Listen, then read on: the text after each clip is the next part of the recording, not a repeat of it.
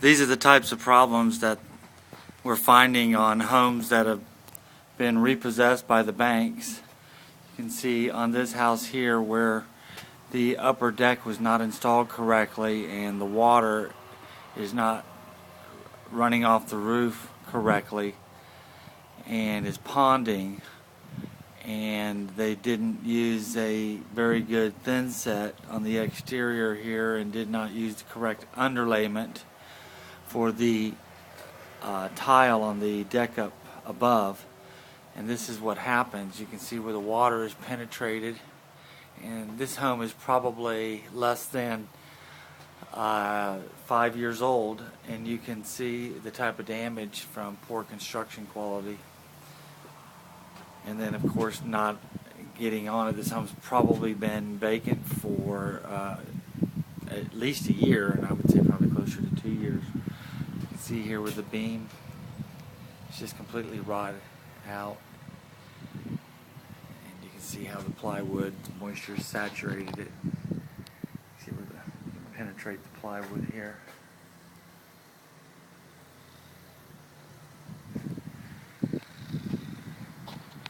Here you can see material, sheetrock that has fallen on the ground.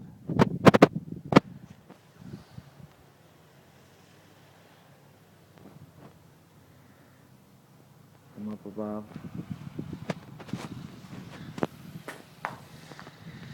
This really needs to get resolved. This is an unsafe environment. See another area here. Cracking all along. So what's going to happen here is you're going to have to remove all that plywood up above, take all this stucco off here, all this sheetrock down, find out which beams are still good, which floor joists are still good, if any, and then replace all of the floor joists so that you get the correct pitch so the water will drain off and away from the house as opposed to towards the house. So this is a pretty good sized job, but this is the type of work that we do at RFH. We take this type of problem and we'll strip it back to where you would be in the construction phase if you were ready to do your framing, and we just start from scratch and reframe it. So you can see here what we got going on here. You can see the water's gotten onto the cabinet.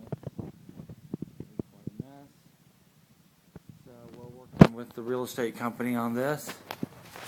You can see where the mold gets in, and the bank, so that we can get this project started and get this work repaired. By not repairing this work, the bank is probably, instead of spending $60,000, $70,000, $80,000 to repair this, they would probably lose $300,000 or $400,000 on the home from what it could sell for if these things were taken care of. Problem with something like this, when a client sees this, they wonder what else is lurking around the corner. So you have to give steep discounts in order to entice somebody to take a chance to buy a house like this. So we'll be updating you more on the progress of this job. You're seeing this from underneath. I'm waiting for the realtor to call me back so that I can get inside and lock the upstairs. I have some locks that I want to put on the doors up there to secure the property.